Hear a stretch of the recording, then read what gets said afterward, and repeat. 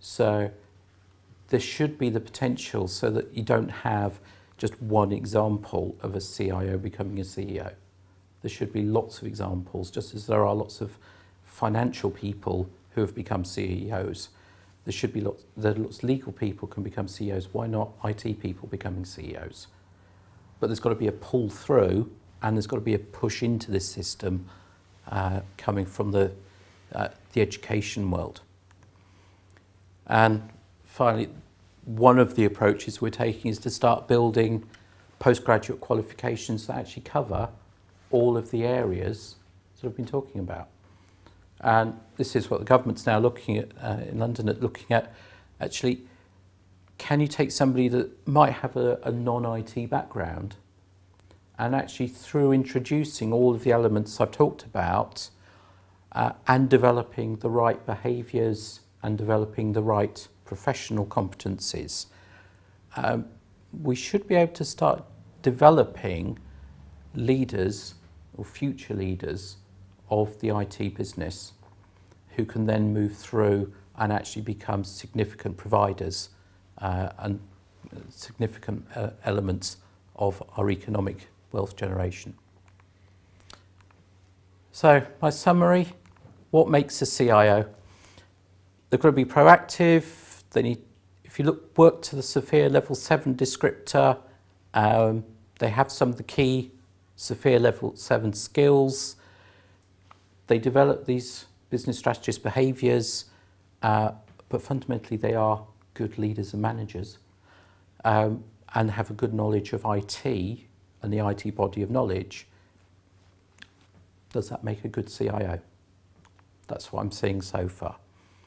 I think if you see somebody that has these attributes, think about developing them, because they could be tomorrow's CIOs.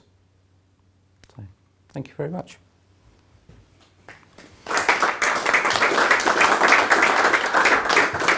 So, thank you, Kevin.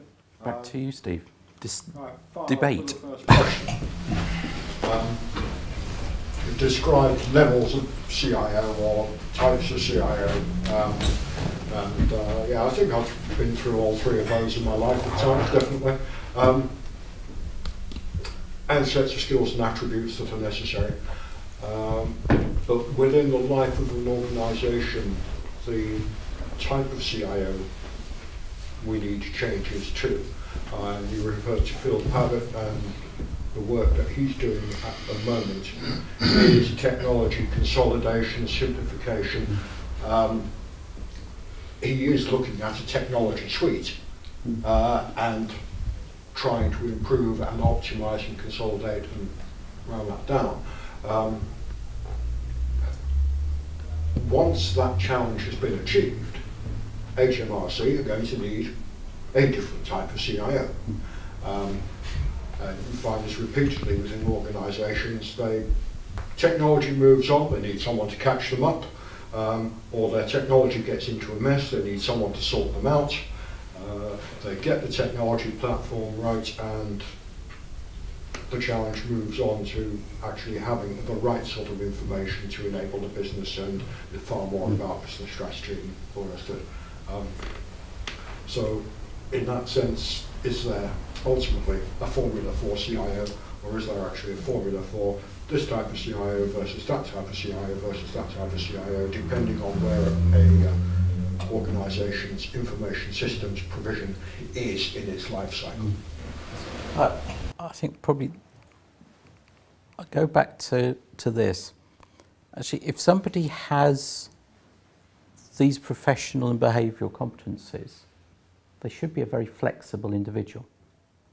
They should be able to flex themselves and their organisation to whatever state the business needs. The difficulty is if you've got somebody who's a technology-driven CIO who can't recognise when some of these other competencies are needed and doesn't have them. So it's a broad suite of abilities that I think where I've got to is, here's a general view of what's important in the IT leadership landscape. if this is sort of the wish list of what we're trying to develop as IT leaders, this should be sort of the ideal.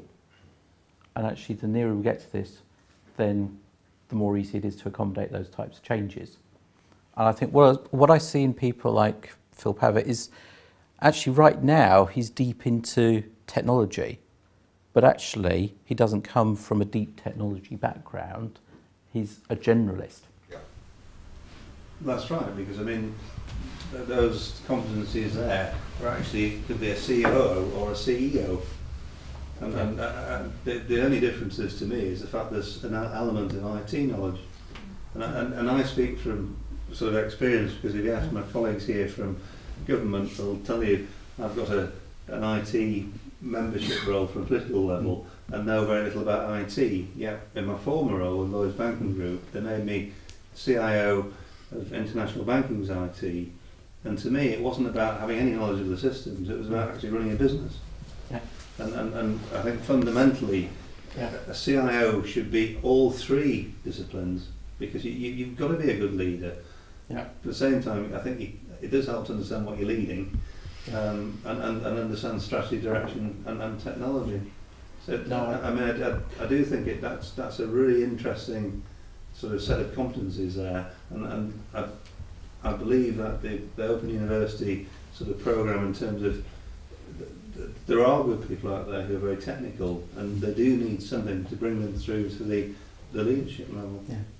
Yeah, absolutely. Fascinating. And I think what I'm seeing more and more is actually, when we're looking at CIOs, we are talking about general good CEO potential with IT understanding. So a top surgeon could be one of the best surgeons in the UK, but could not run a National Health Trust.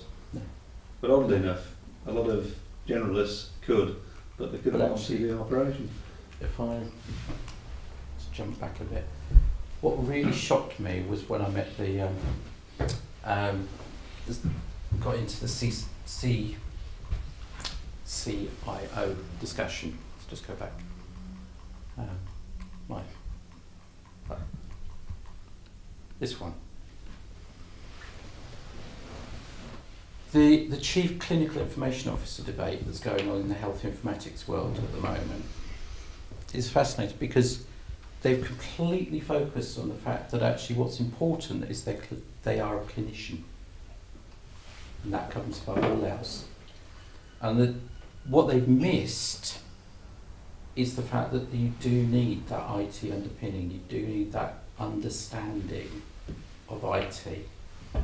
Because otherwise you start making very strange, it just sounded wrong. I was sitting in a room as a pure IT person. My background is completely IT industry and education. Looking at a debate going on between health professionals where the health discussion I could filter out because it's not my domain. And you just listen to the technical discussion that's going on, and it's just, I was sitting there going, this is just wrong. They're not actually talking about IT in the same terms. They're not understanding what they're talking about. That piece of IT-ness to the role was actually really important, and that was the thing that they've missed in the CCIO description. So yes, generally what I'm seeing is it is very much like a CEO, but it's a CEO that actually, if you talk to them about ITIL, they have some idea about service management, they have some idea about change, all of the body of knowledge elements. So a chief executive with CITP, or at least the knowledge, the general concepts that are outlined in CITP, would probably be the ideal candidate. But yeah, that IT-ness is quite important. The interesting thing is, I know on one side you had enterprise architect, question mark, and there's a debate around, there are two major pillars almost in people's minds, the CTO role, as in Chief Technology Officer, and the CIO role being more of a business-facing kind of role. How does Sapir accommodate the CTO piece? Does it just take no view on that as a dimension within that flow of progression, or is it they two sides of the same coin? One is more technology focused, one is more business focused. Sophia doesn't. Sophia has a level. So a CXO is a level 7. And you go to this list. Actually, can you find a CIO in there? And can you find a CTO in there? No. But those are the two. But you probably would find you could probably write a CIO job description based on this, and you could probably write a CTO job description based on this. I sometimes struggle to see the difference. I don't think there is one, but I think it depends which. Say, do you come from the business into technology or technology into the business? Depends on where you gravitate towards the technologist's default or the CIO perspective. But when you look at how the industry's reflected it back on itself, it's not there. So actually, it's like the Chief Data Officer role. Actually, I could probably write as Chief Data. I could write any number of different roles out of that. CTO, I tend to find, is a position that's created by a CIO who hasn't got very much of a technical focus. He brings a guy in. Or it's someone who likes technology but doesn't like interfacing with the business too much, so they have that sort of, I like to stay in the technology domain and sort of look out rather than going into the business space. But that's if you look at the transformational CIO, that's somebody who interfaces primarily with his own technical function. Actually, the business strategist CIO, externally looking, transformational CIO, engaging with the business more broadly. CTO could actually be able to be an excuse for not moving up that scale. But a generalist CIO could just simply use a layer of specialist expertise beneath them. And actually the government framework does allow that, because there is an enterprise strategy senior role and a delivery management senior role, but they're not at level 7. They're not the senior leaders of the business. They're significant contributors, and actually some of what a CTO does may actually be an enterprise strategist or a delivery management person given a level 7 job. I think that's right. I think what you described very eloquently throughout this is the difference between somebody who's a director and somebody who's a manager.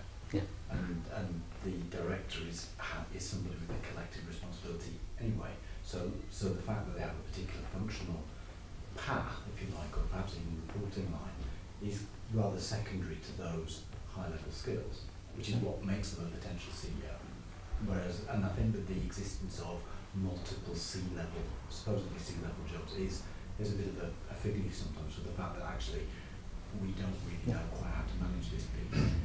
So if you're not engaging primarily with business, then you're not really a C-level or director level person.